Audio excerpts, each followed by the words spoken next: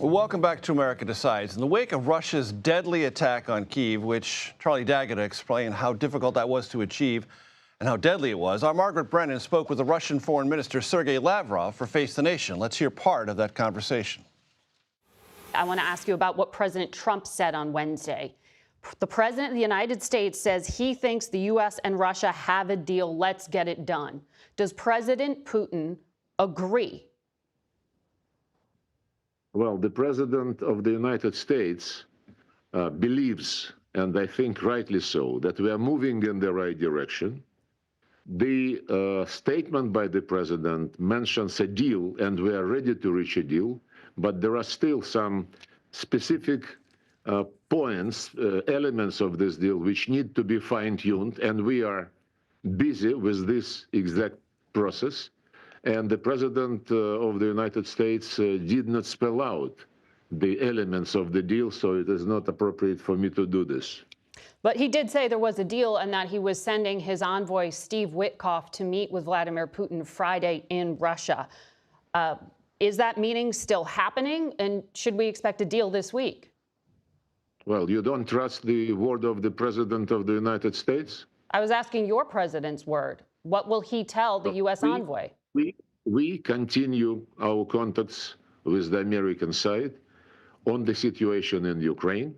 There are several signs that we are moving in the right direction. First of all, because President Trump is probably the only leader on earth who recognized the need to address the root causes of this situation. When he said that it was a huge mistake to pull Ukraine into NATO, and this was a mistake by Biden administration, and he wants to rectify this. Seth Jones joins me now for perspective. He is the Defense and Security Department President at the Center for Strategic International Studies. Great to have you with us. So when Sergey Lavrov says we're moving in the right direction, we're ready to reach a deal, and it's really important that the President of the United States address the root cause of this situation, how do you translate all that? I think the root cause from his perspective is a Ukraine that is not within the sphere of influence of Russia. That is very different from the root cause of the war is the Russians who actually invaded. So this is a Russian reinterpretation of history. Right, but it feels that if he's allowed to say that, expressing what he believes the American president is saying, the Russians feel pretty confident about where things are headed. Oh, I think the Russians should feel confident in the sense that the U.S. has put no serious pressure on Russia right now. No sanctions, no real serious threat of sanctions, no threat or U.S. indication that it's going to ramp up military assistance to Ukraine. So no sense that it's going to eat into the treasure or the blood of Russian soldiers. So without that kind of a threat or actually action from the U.S., I mean, the Russians don't have that much to worry about. From your perspective, there are things this administration could do to apply actual pressure. Oh, yeah. The Russians are vulnerable right now. Their economy is vulnerable to sanctions, particularly oil. They've lost 800,000 casualties, which is 3 to 4 times the number of all Russian and Soviet casualties combined since World War II. They're dying in unprecedented numbers. So a protracted war would hurt them tremendously and potentially economically, too. The Russians do not hold all the cards here.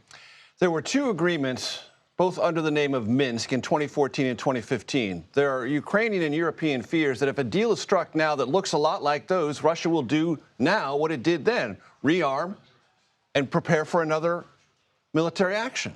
It's what they also did in Syria, and it's what they also did in Chechnya, which is continue to negotiate in various ways, maybe even agree to ceasefires. But I think what is important, July 2021, President Putin puts out a document that's mandatory reading for his soldiers on the historical unity of Russia and Ukraine. He does not believe, Putin does not believe Ukraine is an independent, sovereign country. He has said that. Repeatedly. And when the President of the United States says, as he did this afternoon in the Oval Office, it would be a very large concession for Russia not to take over the entire country, how do you evaluate that? Meaning Ukraine.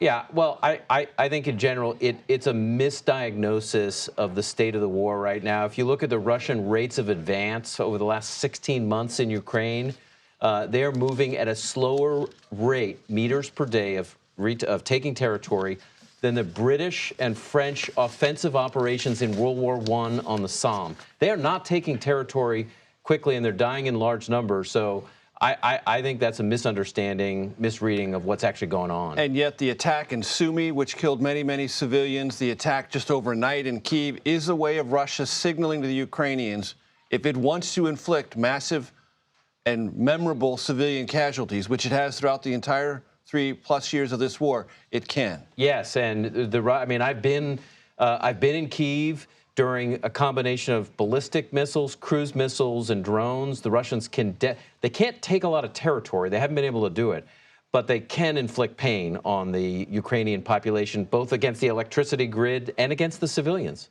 It's an important time, an important story. Seth Jones, I appreciate you very much. Thank you.